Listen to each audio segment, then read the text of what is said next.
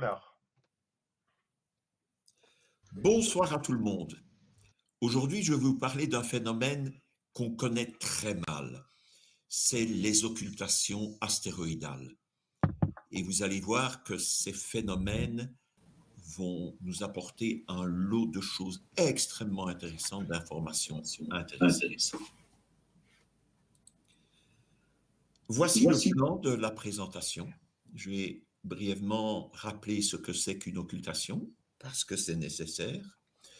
Je vais parler un petit peu des occultations lunaires, et puis je vais aborder le thème principal, les occultations d'étoiles par astéroïdes ou occultations astéroïdales.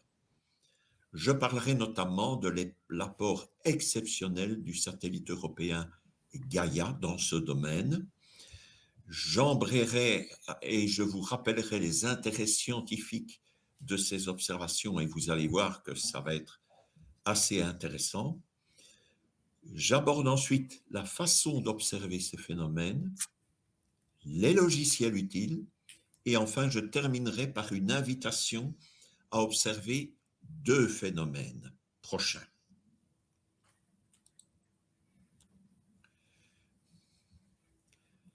Donc, attention avec le mot occultation, car on le confond souvent avec éclipse. Je rappelle, une éclipse, c'est un corps qui plonge dans l'ombre d'un autre corps. Par exemple, ce qui s'est passé aujourd'hui, c'est une éclipse de lune, c'est-à-dire la lune qui a pénétré dans le cône d'ombre de la Terre. Le terme éclipse est tout à fait bien adapté. Lorsque le corps qui cache le corps principal est assez petit, on ne parle pas d'occultation, mais plutôt de passage ou transit, parfois d'occultation partielle. Vous voyez ici une vidéo du transit de Vénus devant le Soleil en 2004, vidéo faite à Dourbe.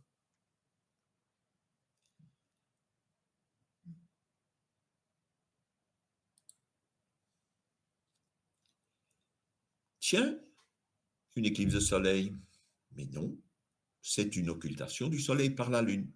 Malheureusement, il se fait que le terme éclipse a été mal utilisé et que fatalement c'est devenu une habitude, et on comprend très bien que c'est resté dans la conversation de parler d'éclipse de soleil, tout le monde comprend. Alors, les occultations lunaires, c'est une des observations qui sont vieilles de plusieurs siècles, mais qui ont apporté énormément d'informations au siècle dernier, notamment pour l'orbite de la Lune, la position de la Lune. À gauche, vous avez un phénomène qui se produit avant la pleine Lune. Par exemple, tout proche du premier quartier, vous avez une étoile qui semble circuler de A en B, mais non, c'est tout simplement la Lune qui se déplace. Et ce qui va se passer, c'est que cette Lune qui se déplace vers la gauche, eh bien, elle va occulter l'étoile en A. Et elle va l'occulter par sa partie sombre. Donc, vous allez bien voir l'étoile qui, d'un coup, va disparaître. Un peu plus tard, elle va réapparaître. Quand je dis un peu plus tard, grosso modo, ça dépend des circonstances, mais grosso modo, une petite heure. Elle réapparaît en B, et là, c'est du côté du très éclairé de la Lune. Donc, l'observation risque d'être difficile, voire même impossible, si l'étoile n'est pas assez brillante. À droite, l'image de droite, après la pleine Lune. Donc, par exemple, aux environs du dernier quartier, vous avez le même phénomène, une étoile qui semble aller de C en D. Donc, c'est la Lune qui se déplace en réalité. Le phénomène C, c'est-à-dire l'immersion de la Lune, on dit immersion, on dit début d'occultation, enfin soit, en C sera difficile à observer, dû à la brillance de la Lune. Par contre, en D, la réapparition sera plus facile, l'étoile réapparaissant tout d'un coup. Alors attention, en D, ce qui est un peu difficile par rapport à A, c'est qu'on ne sait pas exactement où l'étoile va réapparaître, tandis qu'en A, on voit toujours l'étoile jusqu'au dernier moment. Oh, désolé, je reviens légèrement en arrière pour continuer ce que je voulais dire. On regarde de nouveau le panneau de gauche. Alors, dites-vous bien que l'étoile qui est occultée là, eh bien, elle est très lointaine. Par contre, la Lune est un objet très proche. Si vous déplacez sur la Terre, imaginez que nous descendions vers le sud, eh bien, l'étoile ne bougera pas de position, mais la Lune bien. Si vous descendez vers le sud, la Lune va sembler monter, être plus haute. Alors imaginez, la ligne d'occultation va descendre. Maintenant, imaginez que cette ligne d'occultation descende tellement qu'elle rase le bord lunaire en bas. Voilà ce qui se passe. C'est ce qu'on appelle une occultation lunaire rasante. Vous avez 6 flèches qui représentent la position de 6 observateurs sur Terre. Attention, ces observateurs sont très proches, quelques dizaines de mètres, pas plus. Regardez la position de l'observateur A. Pas de chance pour lui, il voit l'étoile tout le temps sans être occulté. Il a ce qu'on appelle un miss, donc un manque d'occultation. Regardez l'observateur B, lui, observe une disparition et une réapparition. Idem pour l'observateur C, sauf que cette disparition et cette réapparition seront légèrement plus longues, la durée sera légèrement plus longue. Prêtez attention à l'observateur D. Bien à gauche déjà, cet observateur va voir l'étoile cachée par 2 proéminences, disparaître, réapparaître, disparaître et réapparaître à nouveau. Et puis plus loin encore, disparaître et réapparaître. 6 contacts pour cet observateur-là. À noter que l'observateur D, tout à la fin du parcours de l'étoile, rase un relief lunaire très proche. Il peut aussi se passer des choses à cet endroit. L'observateur E, maintenant, voyez qu'il observe aussi quelques phénomènes, notamment vers le milieu. Là, il rase une zone de la Lune qui est très proche et, regardez bien, à la fin de son parcours, l'étoile réapparaît dans une petite vallée, très peu de temps pour redisparaître de nouveau et réapparaître plus loin. Quand l'observateur F, un peu plus chanceux que l'observateur A, qui n'a rien vu, va quand même voir simplement une disparition et beaucoup plus tard une réapparition. Ce sont ces occultations lunaires rasantes qui ont permis énormément d'avancer en ce qui concerne le relief lunaire dans les années 50-60. Et maintenant, je vais vous partager une vidéo absolument exceptionnelle. Et ici, je dois remercier Benoît Goffin qui a assemblé 2 vidéos d'une occultation rasante que nous avons suivie. À gauche, vous avez l'enregistrement de Jean Bourgeois. Vous voyez la Lune, vous voyez la partie éclairée de la Lune à gauche, et vous voyez l'étoile, je vous montre l'étoile, là voilà l'étoile. Attention, ceci, ce sont des pitons éclairés de la Lune, le relief éclairé de la Lune. Et une petite étoile qui est là, c'est un compagnon de l'étoile principale de Gamma du Cancer. À droite, c'est la même vidéo, mais à un autre endroit. Et les observateurs étaient séparés seulement d'une 50aine de mètres, et vous allez voir que les phénomènes sont extrêmement différents. Donc ici, l'étoile qui va être occultée est là. Êtes-vous prêts pour le spectacle? Donc le temps est absolument synchronisé. C'est parti.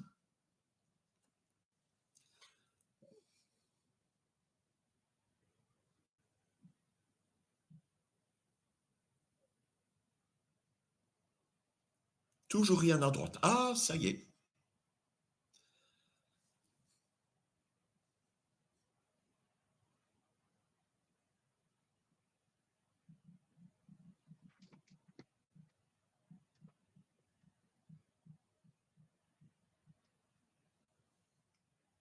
La vidéo dure 1 minute 30. Et vous pouvez constater que parfois il y a des réapparitions ou des disparitions qui sont progressives, brutes, pas complètes.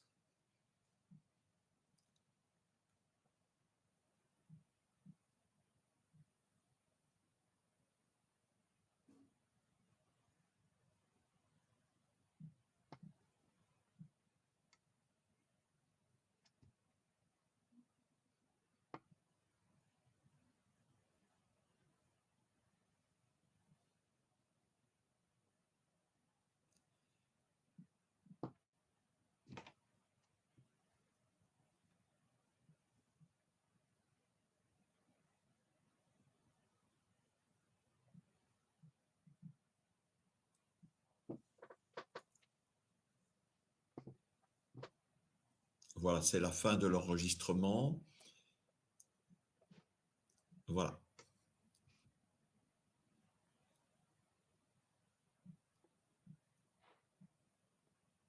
Voilà. J'espère que ce spectacle vous a plu.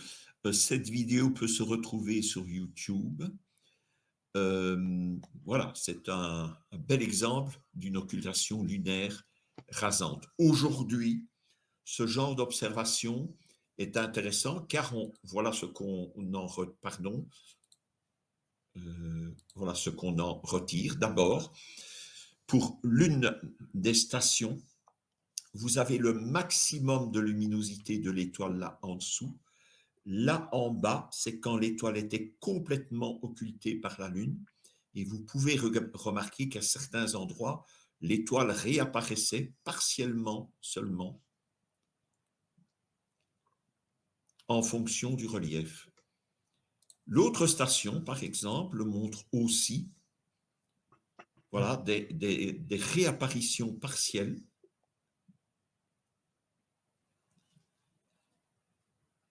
Alors, ce phénomène de réapparition partielle est dû au relief lunaire et au diamètre de l'étoile également. Ici, de cette observation-là, un graphique. Nous étions en fait 4 observateurs en Belgique et un observateur allemand qui ont observé exactement le même phénomène. La configuration pour l'observateur allemand est légèrement différente puisqu'il se trouve à un autre endroit. Et ces observations permettent d'affiner le relief de la Lune qui pourtant est extrêmement bien connu maintenant grâce aux satellites. Euh, un satellite américain qui tourne autour de la Lune et qui prend énormément de mesures d'altimétrie de ce satellite. Il y a quand même des petites différences et des petites surprises.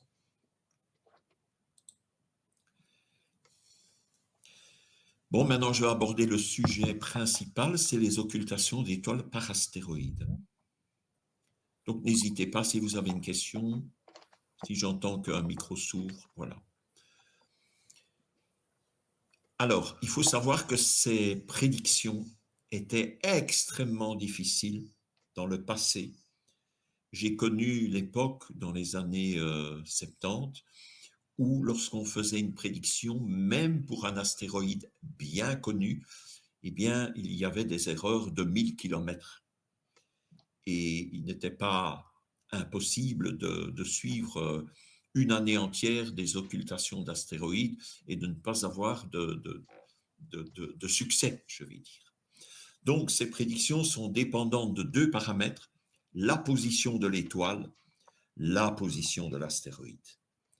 Alors, là, la position de l'étoile, il y a des catalogues célestes qui étaient connus, mais même avec les meilleurs catalogues, la position de l'étoile, il y avait malgré tout des petites incertitudes sur la position. Et ne parlons pas de la position d'astéroïdes, c'était encore bien plus catastrophique. Heureusement, le satellite européen Gaïa nous a aidés grandement lors de la publication de son troisième catalogue DR3. Ce catalogue contenait près de 1,5 milliard de sources avec une solution astrométrique, c'est-à-dire avec position, plusieurs positions, et pour les étoiles notamment, connaître les mouvements propres de l'étoile. Mais surtout, ce catalogue DR3 nous a apporté pour la première fois des informations assez importantes sur les orbites d'objets du système solaire, notamment les astéroïdes. Regardez, plus de 154 000 orbites définies. Grosso modo, je pourrais dire que tous les astéroïdes qui sont plus brillants que la magnitude 20 ont été plus ou moins bien étudiés. Donc, vous avez un petit tableau en dessous sur... petite masse, c'est pas Rémi, je ne parle pas de Rémi, je ne cache pas du sucre sur Rémi. Masse veut dire, c'est un nom prédestiné, voyez-vous, milliarc seconde, le millième d'une seconde de degré. Regardez la position, l'erreur, l'incertitude en milliarc seconde pour une étoile plus brillante que la magnitude 15. C'est vraiment exceptionnel. Donc la position de l'étoile et de l'astéroïde est connue avec très grande précision s'ils sont brillants. Puis disons que ça se détériore un peu avec les étoiles plus faibles ou les astéroïdes plus faibles, mais c'est quand même, même pour la magnitude 21, une milliarc seconde de précision.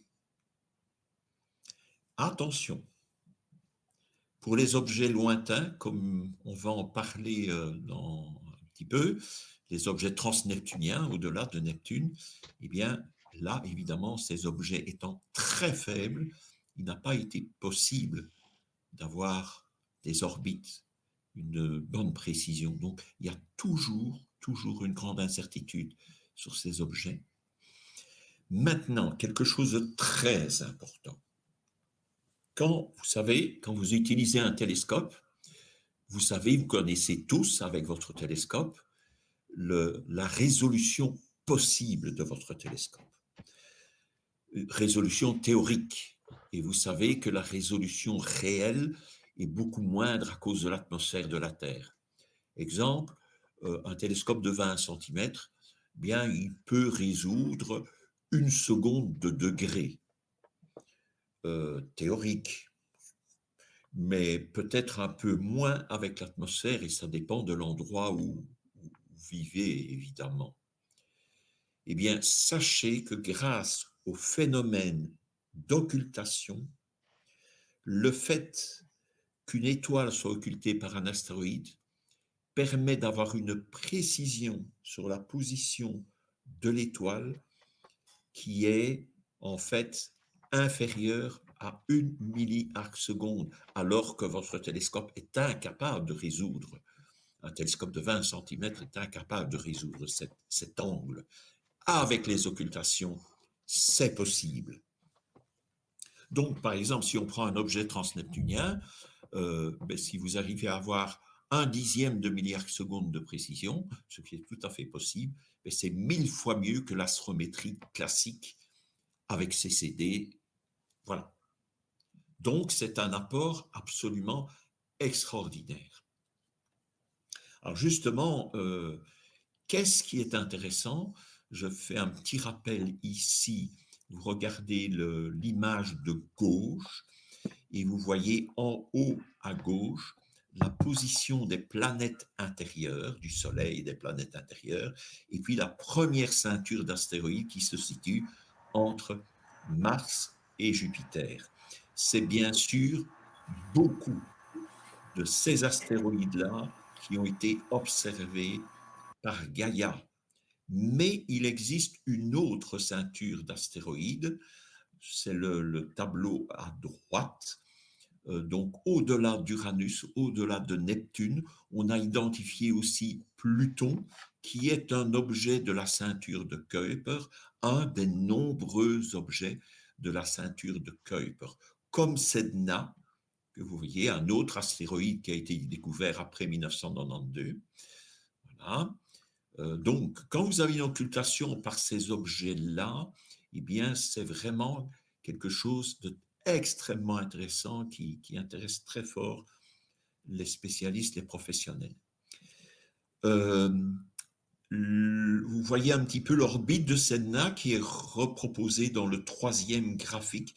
Et vous voyez que Sedna est très proche de notre Soleil pour le moment, mais vous voyez ce que son orbite est extrêmement lointaine. Et c'est pour ça qu'on a pu pouvoir détecter Sedna, parce que Sedna était proche de notre Soleil. On pense qu'il y a énormément, des millions d'objets dans la ceinture de Kuiper, et que cette ceinture de Kuiper, c'est seulement, je dirais, l'avant-garde d'un système beaucoup plus grand et qui serait beaucoup plus, je dirais, global. C'est le nuage de Oort, et vous pouvez voir la représentation à droite de tous ces systèmes. Et donc, nous avons un programme avec les professionnels pour surveiller les occultations par objets transneptuniens, les objets lointains.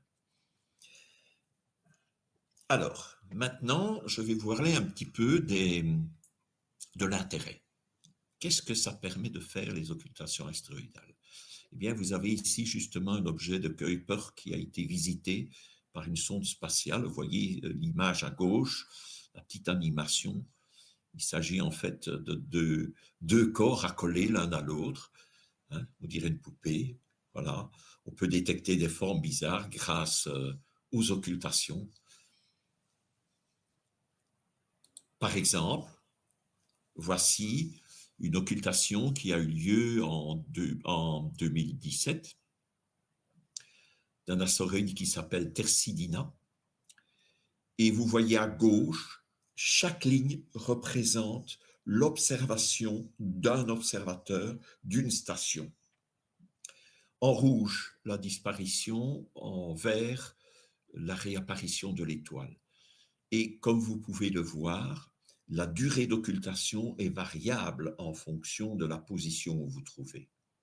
Mais vous pouvez apercevoir la forme de l'astéroïde.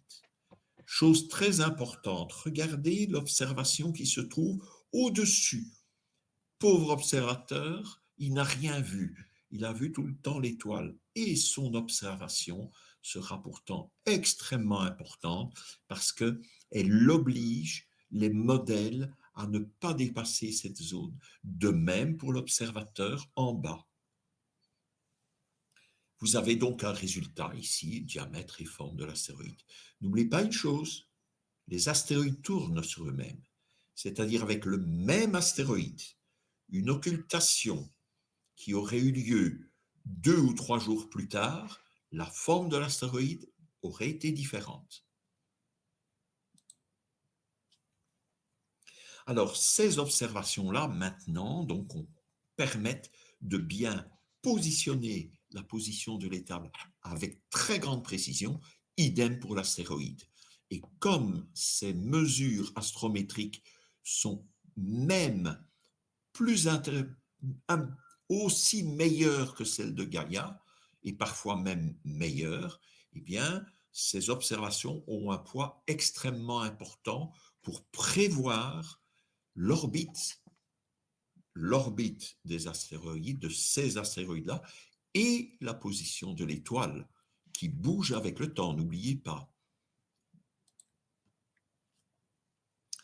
Un autre intérêt scientifique, c'est la découverte de satellites d'astéroïdes. Ça a été la grande surprise de la fin du XXe siècle.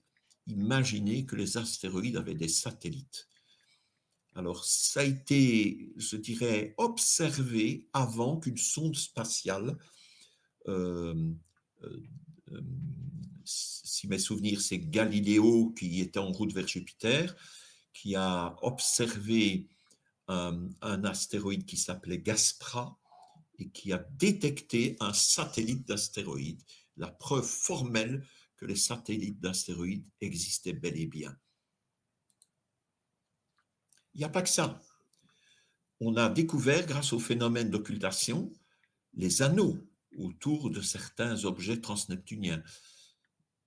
Vous avez deux graphiques qui vous montrent les phénomènes, notamment à droite, vous voyez l'occultation d'abord partielle de l'étoile par les anneaux, avant l'occultation complète par Chariclo. Et puis de nouveau, une occultation par les anneaux, et on voit qu'il y a deux anneaux.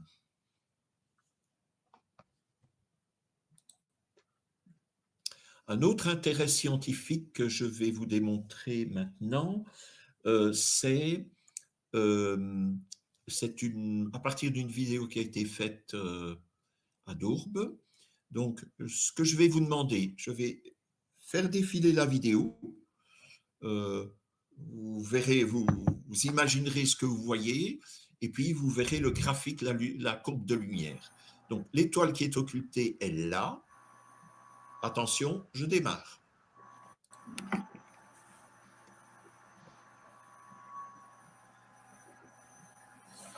Il y a la scintillation, ça c'est tout à fait normal.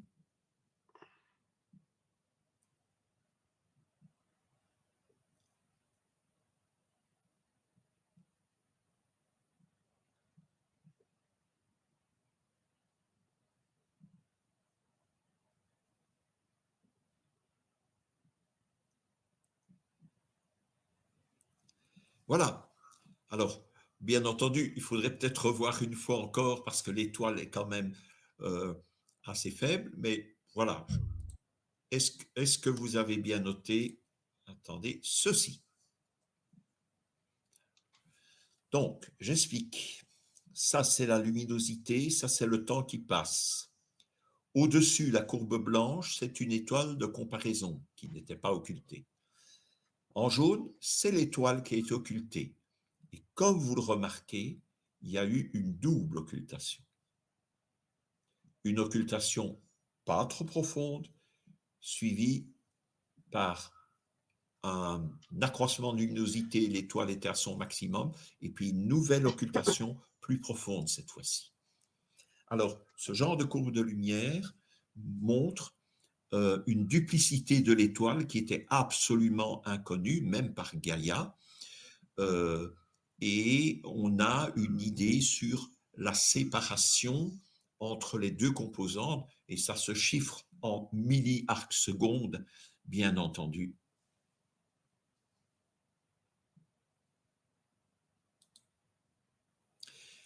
Résumons. Voici toutes les possibilités grâce à ce type d'observation. Je rappelle que pour arriver à cela, il ne faut pas des grands télescopes. D'ailleurs, je vais parler du matériel à utiliser. Un simple télescope de 20 cm permet cela.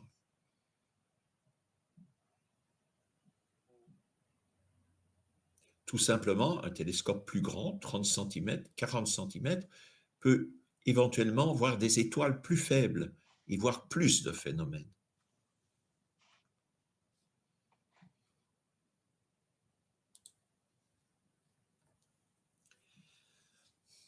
Alors, je parle un petit peu de l'observation visuelle parce que bon, c'était l'Antiquité, si je puis dire. On observait à l'œil, là, comme ça. On observait l'étoile, on attendait de voir si elle allait disparaître ou pas. Et on utilisait un chronomètre qu'on déclenchait quand l'étoile disparaissait, par exemple. Mais il fallait utiliser un garde-temps, c'est-à-dire une base de temps qui était en général des signaux radio sur ondes courtes.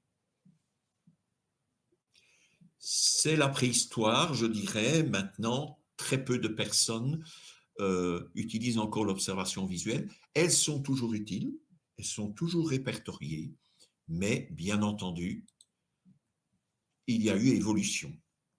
notamment avec la photo ou l'observation CCD. Alors, on sait qu'une étoile va être occultée. La caméra CCD a donc derrière un télescope et suit l'étoile. Les moteurs du télescope sont arrêtés. L'étoile défile et puis au moment d'occultation, voilà ce que vous voyez. Alors, si vous avez bien pris note du temps du début d'exposition et de la fin, on peut retrouver évidemment le moment de l'occultation. Je peux dire aussi que ça, c'est dépassé largement. De même, l'observation vidéo, la vidéo, voilà, là, il n'y a pas de problème. Là, vous avez un enregistrement que vous pouvez revoir, réduire à nouveau. Et ici, vous avez encore, je dirais, je ne vais pas en parler beaucoup, ce sont les caméras analogiques, comme la Wattec qui est représentée ici. Cette caméra était branchée sur un récepteur GPS, donc il recevait les signaux GPS pour avoir le temps extrêmement précis, et ce module était relié à un ordinateur qui mêlait et l'image vidéo, ce que vous avez vu dans les précédentes vidéos et que vous allez revoir encore. Donc, le fichier vidéo, ce sont des fichiers à vie, et ces caméras analogiques sont encore extrêmement utiles parce que très sensibles, plus sensibles que les caméras, un peu plus sensibles que les caméras actuelles, mais c'est déjà le passé. Aujourd'hui,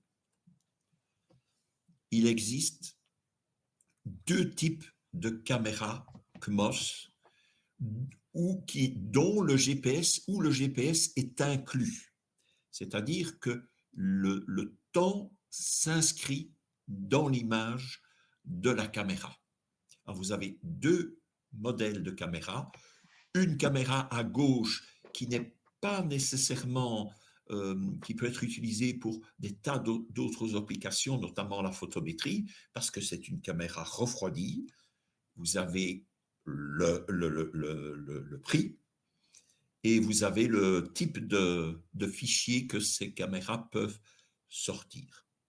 À droite, vous avez une caméra qui a été spécialement étudiée. C'est deux modèles de caméra qui a été fabriqué en Suisse, qui a été spécialement étudiée pour les occultations, mais cette caméra n'est pas refroidie parce que en occultation, vous utilisez des temps de pause très courts, donc ce n'est pas vraiment utile.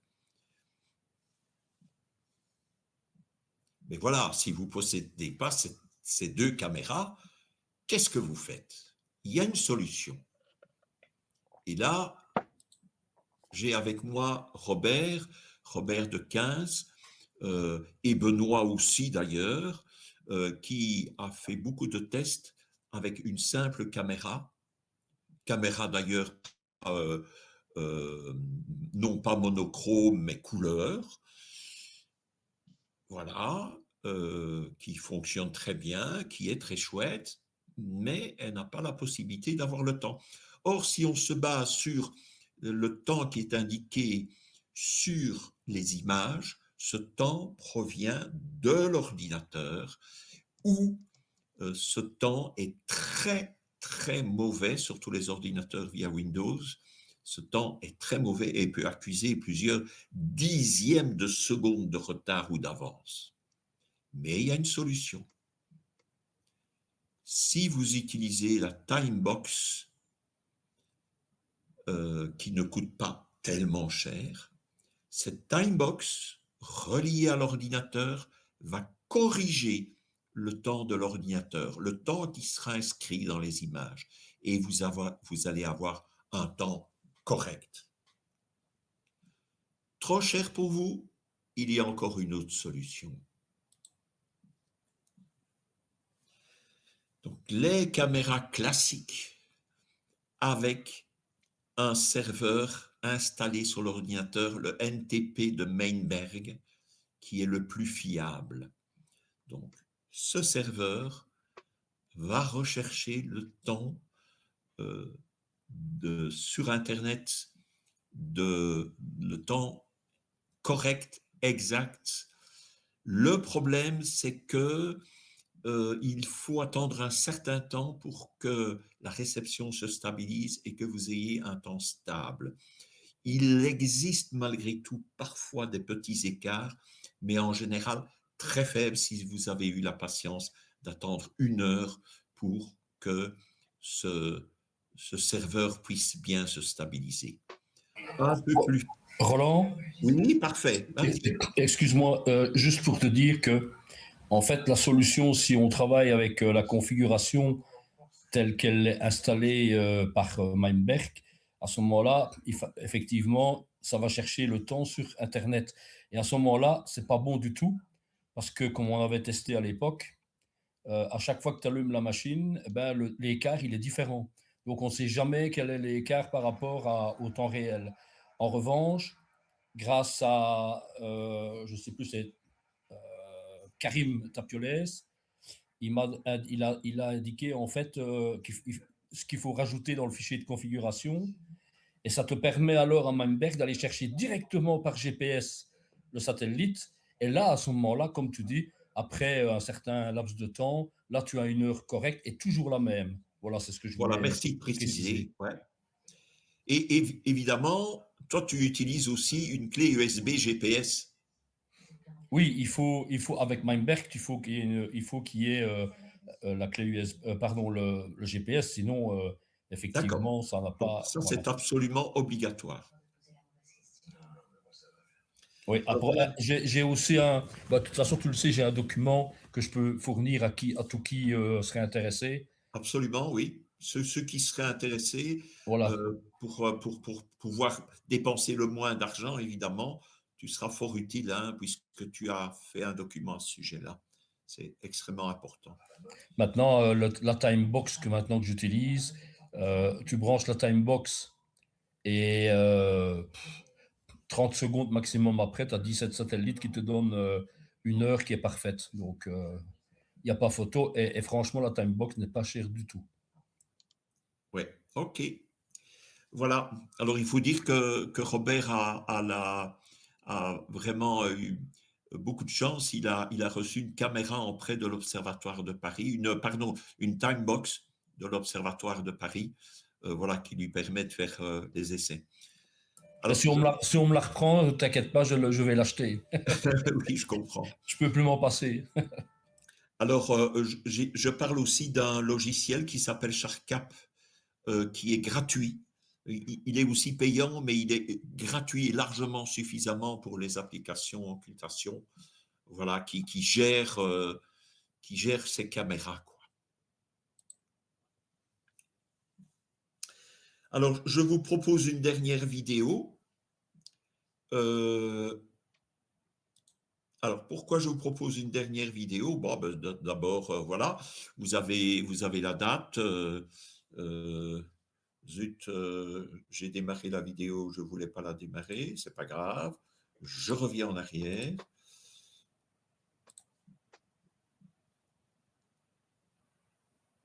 Voilà. Voilà. Je vous explique. La flèche vous indique l'étoile qui va être occultée. Mais si vous regardez bien, cette étoile est légèrement allongée. En fait, il y a un petit compagnon en dessous. Vous allez le voir à certains moments, quand la turbulence le permettra, vous allez voir ce compagnon. Et attention, c'est l'objet qui est en haut, le plus brillant, qui va être occulté. Alors, prêt, on y va.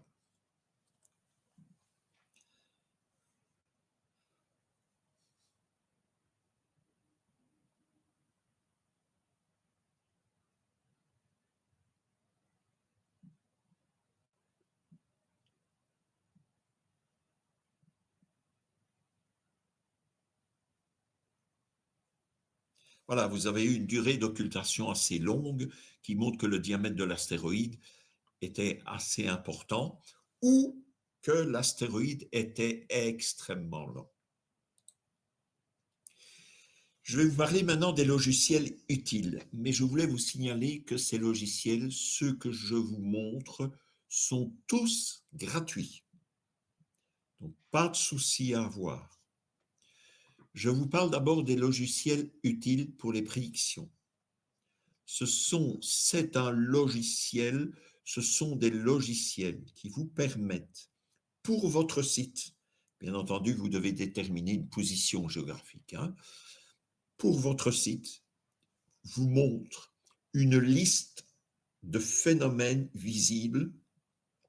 Voilà une liste pour mon site, par exemple. Alors, cette liste montre d'abord un petit rectangle de couleur. Rose veut dire que l'occultation n'est pas, ne sera pas, risque de ne pas être positive pour votre site, mais que la possibilité d'avoir une occultation existe quand même, parce que nous sommes dans la bande d'erreur de calcul de la zone d'occultation. En bleu, par contre, ça indique que vous êtes dans la zone d'occultation. Et très souvent, si ce sont des astéroïdes bien connus, comme c'est le cas des tels que vous voyez là en haut, eh bien, les bandes d'erreur sont très petites et vous êtes presque certain d'avoir une occultation. Vous avez donc l'astéroïde impliqué, vous avez la date, l'heure en TU, vous avez la magnitude de l'étoile, la magnitude de l'astéroïde. Donc, très souvent, vous ne voyez pas l'astéroïde. Hein. Parfois, oui, mais parfois pas. La durée, etc., etc. Alors, en ce qui concerne les durées, je conseille surtout au début de ne pas prendre des durées trop courtes, c'est-à-dire pas d'occultation inférieure à la seconde. Là, c'est quand on maîtrise bien son matériel qu'on peut essayer de suivre ce genre d'occultation. Alors, je dois vous dire une chose encore, on remarque, grâce à ces prédictions maintenant qui sont de plus en plus précises, qu'on a de plus en plus d'occultations qui sont suivies par une seule personne. Tout simplement parce que l'astéroïde est très petit et qu'il y a peu de chances qu'une autre personne puisse le voir. Une personne, je veux dire, qui serait très proche de vous, par exemple. Ça serait intéressant. Mais en général, les observateurs sont assez écartés. Donc, très souvent, il y a une seule occultation. Votre vidéo est importante, évidemment, et la position de l'astéroïde est vraiment très bien connue à ce moment-là. Un autre logiciel que vous trouvez sur Internet et qui se paramètre de la même façon, vous devez vous inscrire, comme vous le voyez sur cette, voilà, en haut, en bas, en haut, pardon, à droite. Vous devez vous inscrire, donner votre position et cet astéroïde va non seulement vous donner des prédictions pour votre site, mais va vous renseigner sur des tas d'informations, notamment vous avez ici à droite la Terre avec la zone d'occultation qui est en bleu et la bande d'erreur qui est énorme dans ce cas-ci. Et je vais en parler. Car ça sera une proposition d'observation que je vous ferai, je vous en parle dans quelques instants. Là, vous avez toutes les informations sur l'étoile, sur l'astéroïde, quel type d'astéroïde il s'agit, quel type d'objet, le spectre de l'étoile également. Là, voilà. Alors, je vous ai parlé des logiciels de prédiction. Je vais vous parler maintenant des logiciels de réduction. Mais d'abord, le logiciel occulte, toujours gratuit, qui a été développé par un astronome amateur australien, fait les deux. C'est un logiciel qui permet de prévoir les occultations pour votre site, y compris les occultations lunaires, mais aussi de pouvoir réduire une observation.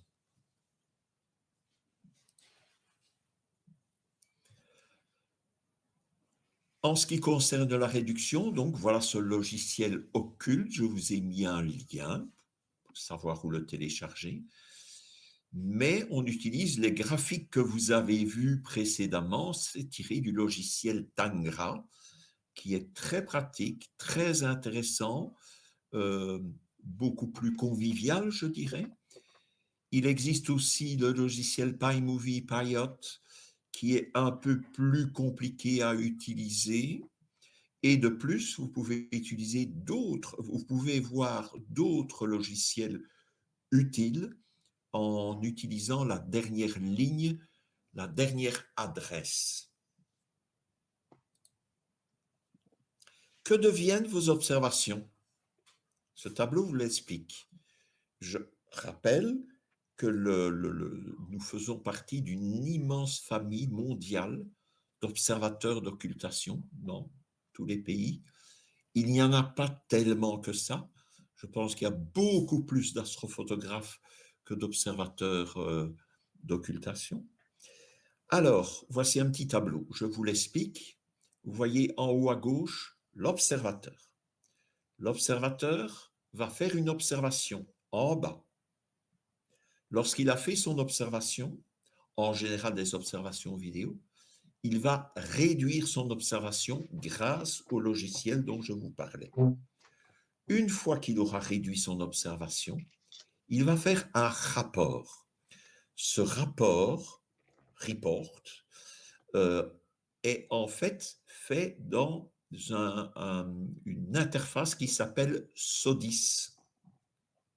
Donc, SODIS est utilisé par tous les observateurs européens et ce rapport va être revu par une équipe, par d'abord une personne qui est attachée à vous, qui va revoir vos observations, vous donner des conseils.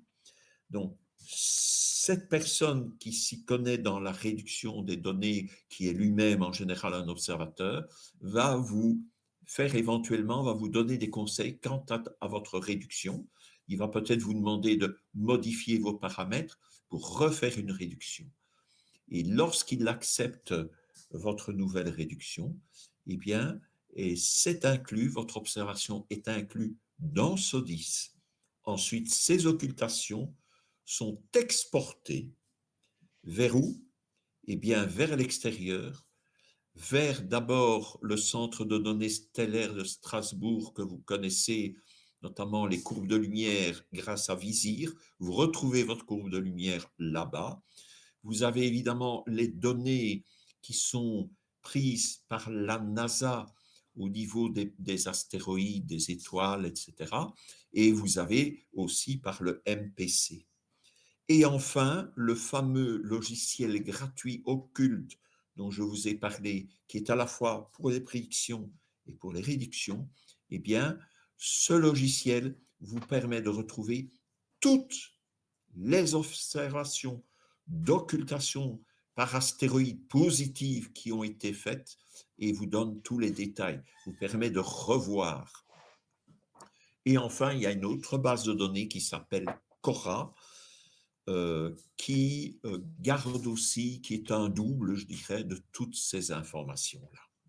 Donc, vous voyez que vos observations sont extrêmement bien traitées et tournées vers les professionnels.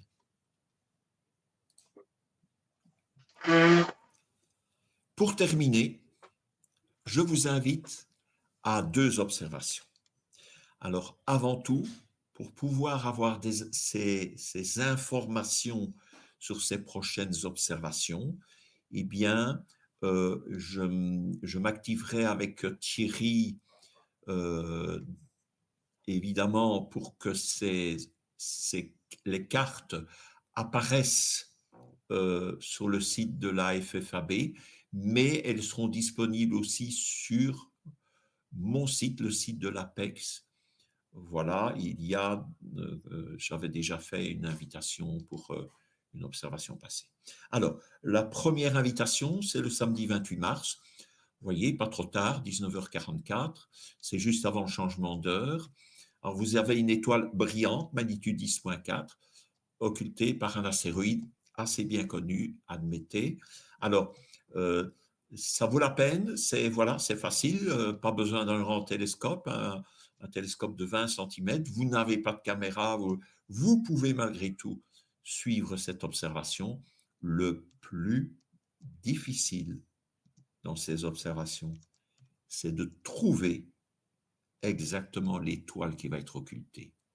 Voilà, il faut s'y connaître, il faut avoir un peu l'habitude. Il n'y a rien à faire, on ne court pas un 10 000 mètres en quelques jours, bien entendu.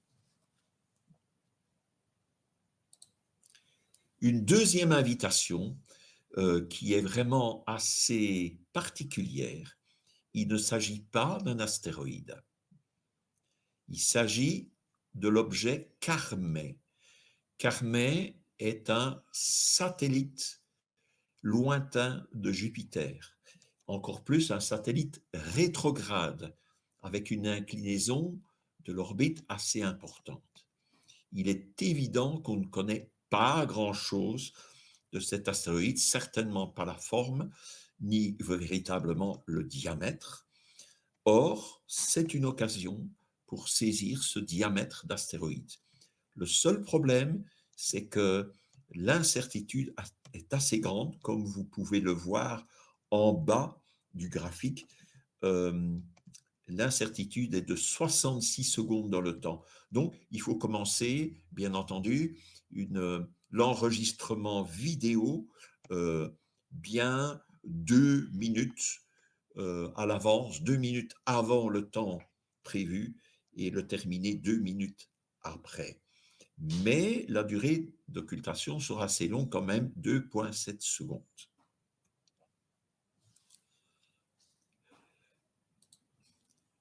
Voilà, c'est terminé ce que je voulais dire. Si chez certains d'entre vous, cela attire votre attention, vous avez envie d'essayer, il est bien entendu que les personnes qui s'y connaissent, comme Benoît, par exemple, Robert ou moi-même, nous sommes à votre disposition pour vous aider, pour vous fournir d'abord le PowerPoint ici et pour vous aider dans les premiers pas, bien entendu. Voilà, j'arrête le partage et j'écoute vos questions.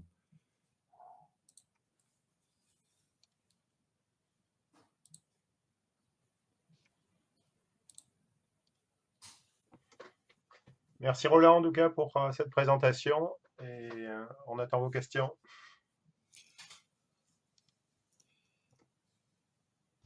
Oui, c'est Stéphane ici. J'ai une première question qui est de l'ordre technique. Quand tu utilises le boîtier de chez Sheiliak, comment est-il connecté à la caméra et au PC? C'est par Non, il est USB? connecté à l'ordinateur. Robert, tu peux confirmer? Robert? Il est connecté à l'ordinateur. Oui. Il va transformer le temps Windows de l'ordinateur. Et par quel moyen il est connecté? Par un USB ou autre chose? USB. Ok, d'accord. Merci. Roland, tu m'entends? Thierry, oui. Oui. Dis le 28, la position pour pouvoir observer, c'est?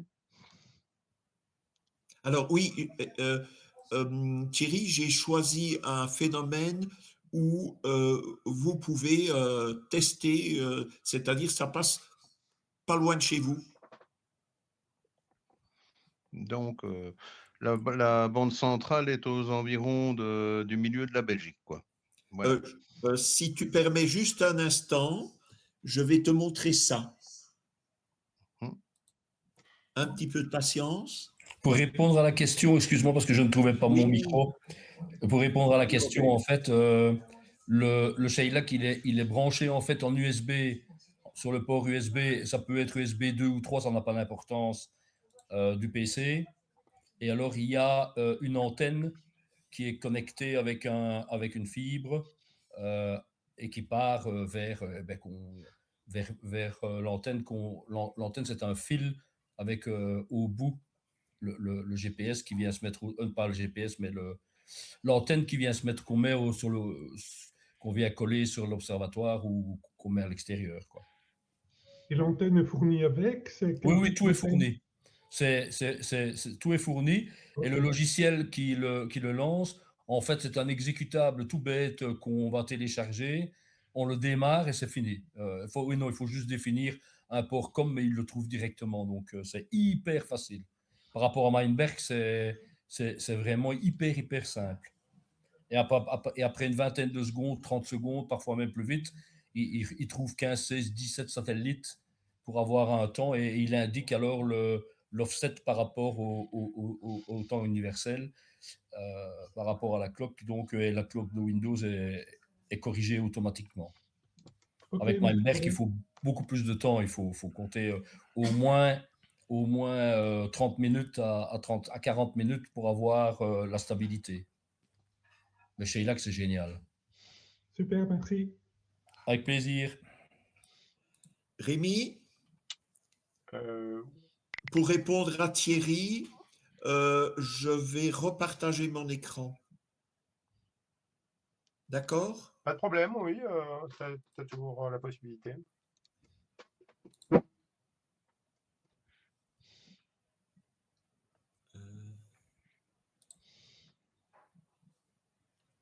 Ok,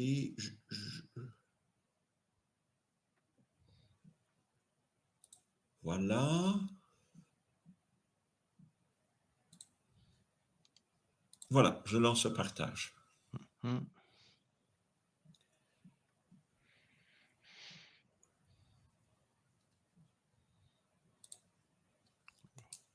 Est-ce que vous voyez?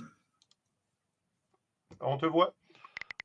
On te voit toi, mais pas tellement l'écran. Oui, voilà. Il y a eu un début d'écran qui s'est affiché, puis ça a coupé. D'accord.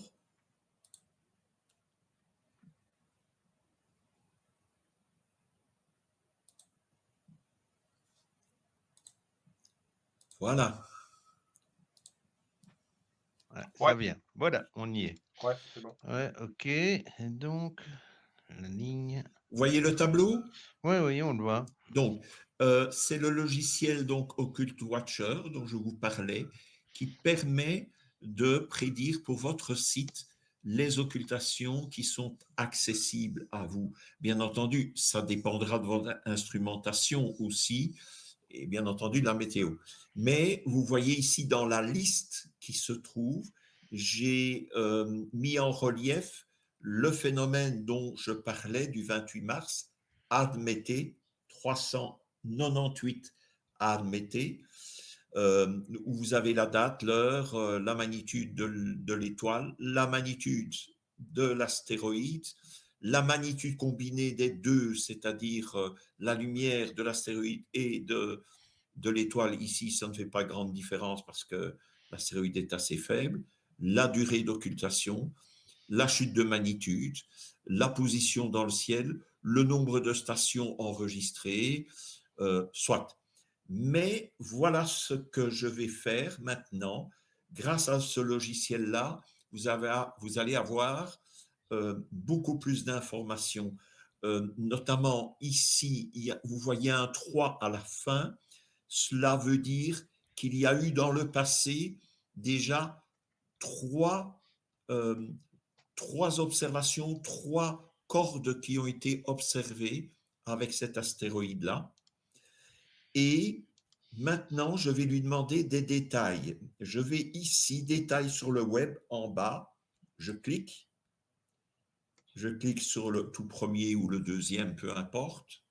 Et vous avez automatiquement, vous arrivez dans ce qu'on appelle Occult Watcher Cloud, où vous avez des renseignements intéressants, mais je vous laisserai découvrir par vous-même, notamment des possibilités d'avoir des cartes de champ de l'étoile qui va être occultée. Vous cliquez ici sur la première ligne, c'est-à-dire la prédiction la plus récente. Roland, je pense que tu as ouvert une nouvelle fenêtre, mais du coup, tu partages toujours l'ancienne fenêtre. D'accord. Qu'est-ce que je peux... Ah oui, Oui. Soit partage ton écran au total, comme ça tu peux ouvrir toutes les fenêtres que tu veux, soit tu dois repartager la nouvelle fenêtre. d'accord. Vous ne la voyez toujours pas, hein? On a voyé l'ancienne, maintenant on te revoit toi. Et D'accord, ça va. Je on vais approche. arranger ça. Voilà. Voilà.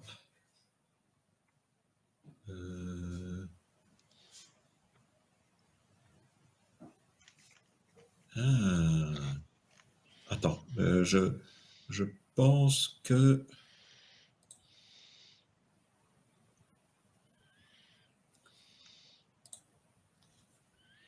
Voilà, c'est ça que je dois faire. OK. Donc, maintenant... excusez-moi, hein, Pas de souci. Voilà.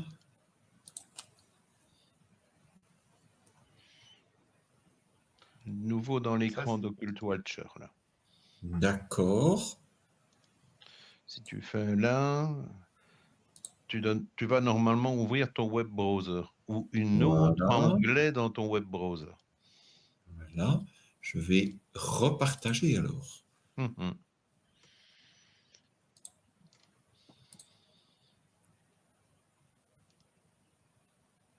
Alors. Cette fenêtre ne s'ouvre pas. J'ai Ce n'est peur. pas un onglet dans ton web browser qui est déjà ouvert, tout simplement. Si. Voilà, donc si tu affiches le contenu, tu sélectionnes le web browser et puis tu sélectionnes la fiche. Ou tu copies tout l'écran parce qu'alors là, ça, ça te simplifie la vie. Oui.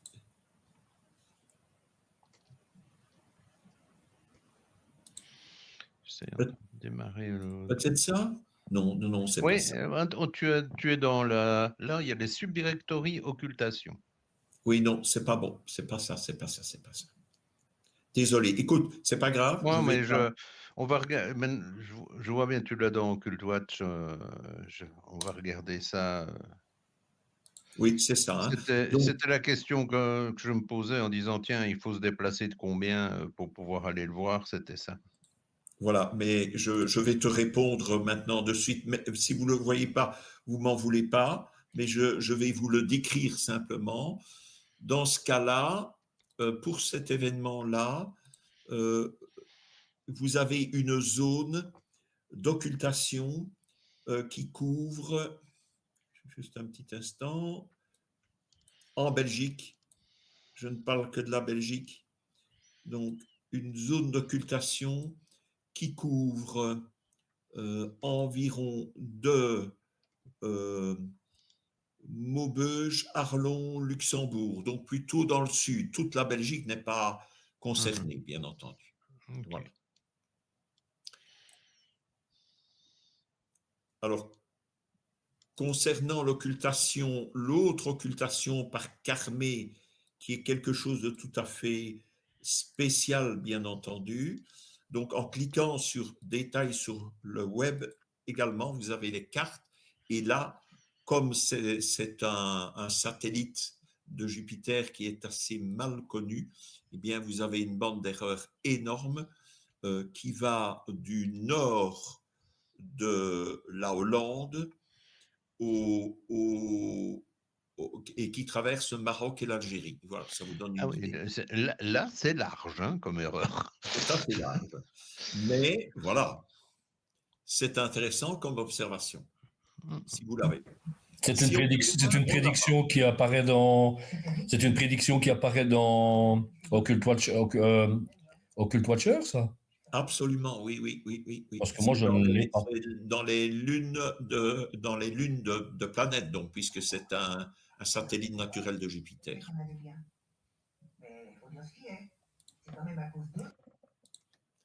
Voilà. Je reviens, je coupe mon partage. C'est bon, c'est fait.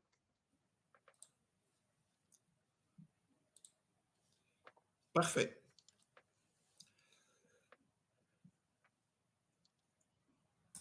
Bon. Bon, si personne n'a plus de questions, je vais couper l'enregistrement alors. Oui, hein. Merci beaucoup.